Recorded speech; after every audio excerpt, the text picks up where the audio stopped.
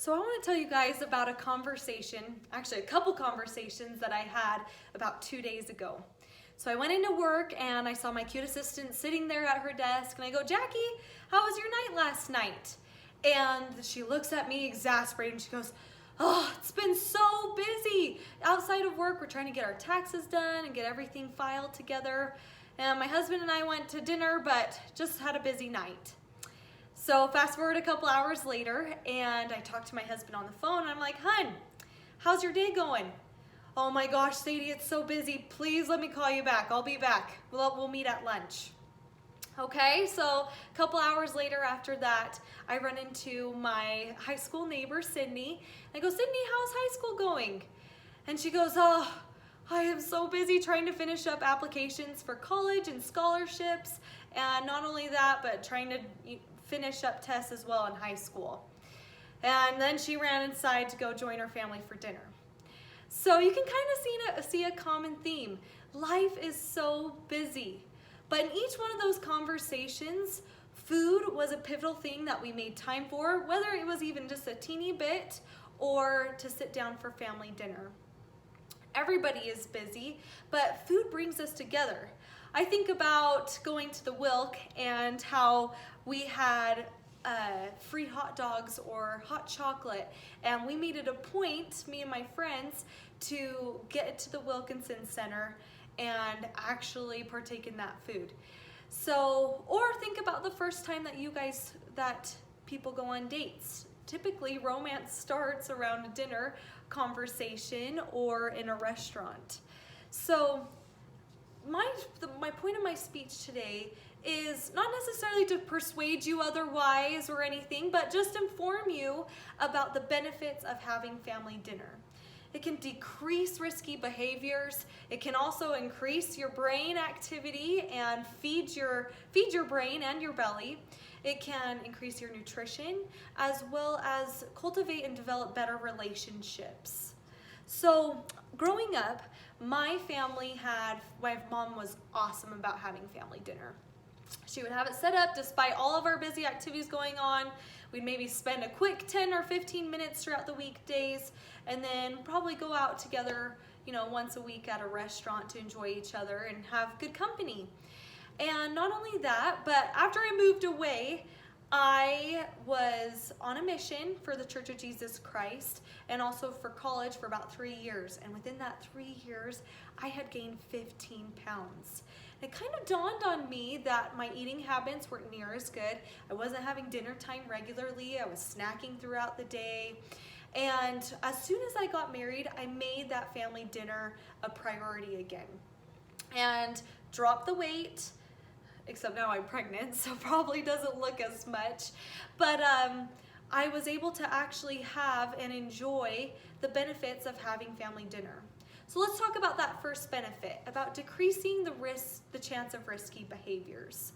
So what I remember some of the first conversations I would have around the dinner table is I would talk about how so-and-so was so mean to, my friend. And my mom would talk about ways that I could help that bully or help the person who was being bullied and learn how to approach the situation. Things like sexual activity, drugs, violence, depression, suicide. These are all touchy subjects that kids are facing every single day, including us adults. So it's especially pivotal for families to talk about these things, and what better time than at dinner. The CASA, Columbia's national survey, showed that teens who participate in family dinners less than 3 times a week, let me get my visual here, are 4 times, you can see 15% and 4%, 4 times more likely to have tried tobacco, 2 times more likely to have tried alcohol, and 2.5 times more likely to have tried marijuana. Having the chance to be able to address to your kids how to approach these situations whenever they come across them is better able to set them up to say no or to know how to handle them. The second benefit of having family dinner is better nutrition and a less chance of dealing with eating disorders and obesity. There was an article written by the Dairy Council of California in September 2016 that talked about how there's 1 in 3 children that are obese. And not only that, 25% of the population in California aren't getting the nutrients that are needed, which is so ironic concerning that we are in a country full of food and awesome agriculture. Eating together at home increases overall nutrition because you're able to participate and have all 5 food groups lined up. Your fruits and your vegetables and your proteins and even your good carbs. The benefits keep coming too. It showed in this survey, this council, it showed that young adults who had family dinner about 5 times a week or more were less likely to deal with obesity and those eating problems later in their life. So think about it. When you're so busy and you're just trying to get to the next place to the next, it's easy to go through that Taco Bell drive-thru, I'm sure we've all done this, and grab a quick bean burrito and throw it back to your kids. Or when you're just dying for energy, you go and grab Sodalicious and grab an extra large Coke to get you through the rest of the day.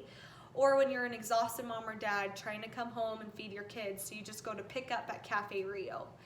These portions are often bigger, there's more sodium, fat, than you would have in a normal family dinner meal. And not only that, but oftentimes you are consuming excess calories. So when you're sitting at home, you're able to have a variety. That's where you're able to introduce new foods and try new things. And it doesn't necessarily have to be hard. The benefits of just having a simple salad and pineapple and some chicken are able to decrease some of those things that you would normally consume, those extra calories in a restaurant. So family dinners promote variety of foods and extra nutrition. Let's talk about feeding your brain and your belly. The third point is that dinner will often increase your brain activity. Dr. Ann Fischel is an associate clinical professor of psychology at the Harvard Medical School. She wrote a book called Home for Dinner. And in her book, she said that dinner time conversation boosts vocabulary. I remember having these elevated conversations as well. And my mom and dad would say words. I'd be like, Mom, what's that word mean? So there's a common rule that there's 3,000 common words that children often know. If there's anything outside those words that they know and say, then it's considered a rare word. Well, those who had dinner time with their families 5 times or more a week were apt to having a 1,000 more word vocabulary than those who didn't have dinner time that often. In fact, those who just had parents who read stories to them, those who only had kids would have 143 rare words compared to that 1,000 that was gained at dinner time. Adolescents who have family meals 5 to 7 times a week are also twice as likely to get A's. So that's a great benefit.